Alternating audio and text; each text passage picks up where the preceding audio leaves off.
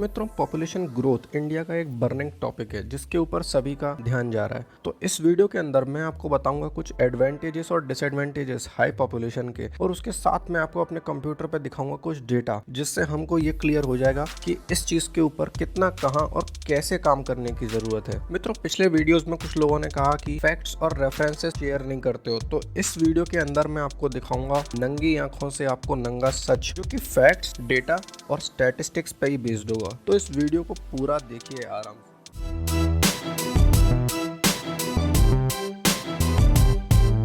दोस्तों, ज़्यादा पॉपुलेशन के कुछ सबसे बड़े डिसएडवांटेजेस ये होते हैं कि एक्सप्लॉयटेशन ऑफ नेचुरल रिसोर्सेज बहुत ज़्यादा होता है, जिसकी वजह से इन रिसोर्सेज की लोगों में स्कैरसिटी हो जाती है। जैसे आप अभी ड्रिंकिंग वाटर प्रॉब्लम और ये सब देख रहे होंगे। अब क्योंकि इस तरह की चीज़ें होने से पॉल्यूशन भी काफ़ी ज़्यादा बढ़ जाता है, क्योंकि सड़कों पर कारें बहुत ज़्यादा होती हैं, डिफॉरेस्टेशन ज़्यादा होता है, जिससे जो ग्रीन कवर होता है वो हमारा कम होने लग जाता है। इसके साथ ही दोस्तों, गवर्नमेंट के ऊपर पॉपुलेशन का बर्डन बहुत बढ़ जाता है, जिससे स्कीम्स का इम्प्लीमेंटेशन और प्रॉब्लम्स को कंटेन करना डिफिकल्ट हो जाता है। लेकिन इसके साथ ही मित्रों, अच्छी पॉपुलेशन के कुछ एडवांटेजेस हैं। अब जैसे हाई पॉपुलेशन ग्रोथ अगर किसी कंट्री की होती है और वो पॉपुलेशन अगर इकोनॉमी में कंट्रीब्यूट करती है, तो इससे दोस्तों कंट्री की इकोनॉमिक ग्रोथ होती है। जैसे इंडिया में यूथ पॉपुलेशन बहुत ज्यादा है, तो इसका इंडिया को फायदा मिलता है। अब जैसे दोस्तों कुछ एक कंट्रीज रहती हैं जैसे जर्मनी, वहाँ पे लोगों में अवेयरनेस इतनी ज्यादा हो चुकी है कि उनको अब ये सब चीज मोह माया लगने लग गई है। तो उन कंट्रीज को ऐसा पता चल चुका है कि आगे आने वाले टाइम में वर्कफोर्स की उनके यहाँ प्रॉब्लम आने वाली है, तो वो दूसरे कंट्रीज से लोगों को माइग्रेशन के लिए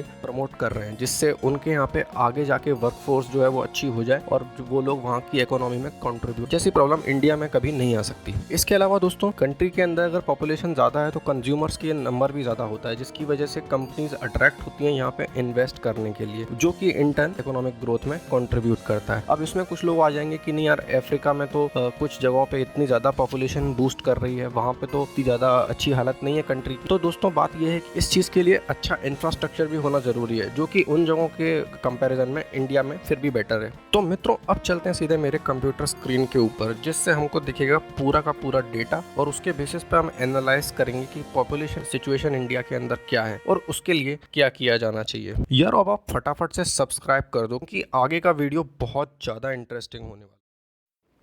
दोस्तों, कहते हैं कि प्रत्यक्ष को प्रमाण क्या, तो हम आ चुके हैं अपनी कंप्यूटर स्क्रीन के ऊपर। तो देखिए, सबसे पहले मैं आपको कुछ टर्म्स बता देता हूँ। सबसे पहले तो हम सर्च करेंगे इसमें फर्टिलिटी रेट। तो जैसा कि आप ये टोटल फर्टिलिटी रेट का फॉर्मूला देख सकते हैं, अब मैं यहाँ पे जूम करके आपको दिखा देता हूँ। तो इसका मतलब ये होता है कि the number of children women produces in her life time. तो ये TFR यानी टोटल फर्टिलिटी रेट का मतलब होता है। अब हम देख लेते हैं कि रिप्लेसमेंट फर्टिलिटी रेट क्या होता है, ये भी जानना बहुत ज़रूरी है। रिप्लेसमेंट लेवल फर्टिलिटी ये टोटल फर्टिलिटी रेट है। इसका मीनिंग ये होता है कि अगर आपको स्टेबल पॉपुलेशन मेंटेन करनी है तो आपको इतनी ऑप्टिमल फर्टिलिटी रेट है ये मेंटेन करनी होती है, इससे हमारी पॉपुलेशन जो है वो स्टेबल रहती है। तो देखिए, अब हम चलते हैं सीधा का सीधा एक किसी बड़ी वेबसाइट के ऊपर, जिसमें हम आपको बताएंगे कि इंडिया में ये जो नंबर्स हैं ये क्या बोल रहे हैं।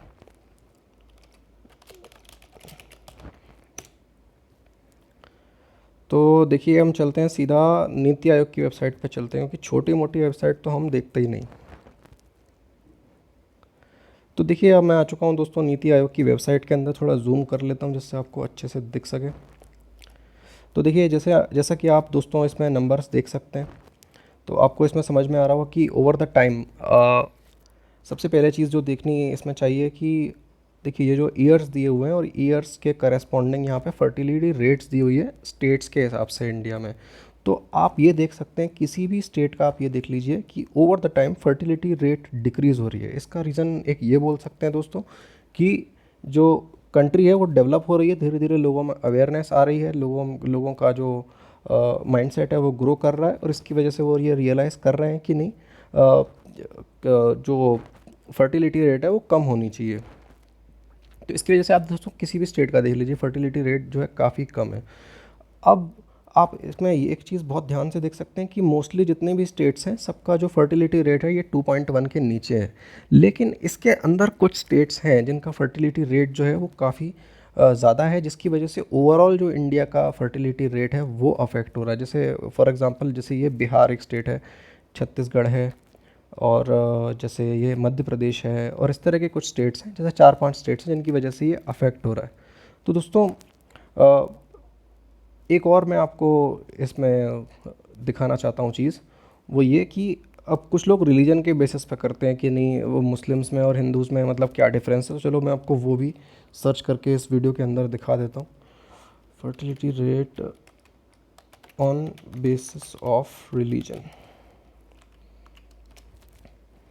अब तो देखिए इसमें हम ये लाइव मिंट की एक वेबसाइट दिख रही है, इसको खोल लेते हैं। तो देखिए एक हाँ ये देखिए ये ग्राफ हमको मिल रहा है।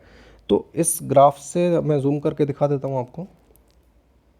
तो इस ग्राफ से दोस्तों हमको इस चीज़ का एक आइडिया लग रहा है कि नहीं जो फर्टिलिटी रेट है मुस्लिम्स में वो ऑब्वियसली हिंदूज़ के कंपैरिजन में ज़्यादा है, लेकिन आप ये चीज़ देखिए कि जो डिफरेंशियल है क्वांटिटीज़ का वो ओवर द टाइम नीचे आ रहा है। इसका मतलब ये कि जो मुस्लिम्स की फर्टिलिटी रेट है वो भी नीचे आ रही है, साथ ही साथ जो हिंदूज़ में फर्टिलिटी रेट का ड्रॉप है उससे उससे ड्रॉप जो है वो ज़्यादा है। मतलब जैसे पहले आप डिफरेंस देख लीजिए, ये 2005-2006 का डेटा है, इसमें लगभग ये 0.8 का कुछ डिफरेंस था, जो कि अब ये 0.5 का डिफरेंस रह चुका है। तो यार वो सवाल आता है कि डेटा तो देख लिया लेकिन अब करें क्या? पॉपुलेशन को कंट्रोल करने की ज़रूरत तो है इंडिया के अंदर। अब इसमें एक सवाल आता है कि क्या ये 1 चाइल्ड 2 चाइल्ड पॉलिसी जैसा चाइना ने इंट्रोड्यूस किया था वैसा इंट्रोड्यूस इंडिया के अंदर कर देना चाहिए? तो मैं बोलूँगा दोस्तों कि यार ये कोई बहुत अच्छा आइडिया नहीं होगा, क्योंकि इंडिया में जहाँ पे फीमेल फेटिसाइड की ऑलरेडी इतना प्रॉब्लम है, और जब लोगों को पता चलेगा कि 1 चाइल्ड पॉलिसी है और एक ही बच्चा पैदा कर सकते हैं, तो क्यों ना लड़का ही पैदा करें। तो इसकी वजह से फीमेल फेटिसाइड मुझे लगता है इंडिया के अंदर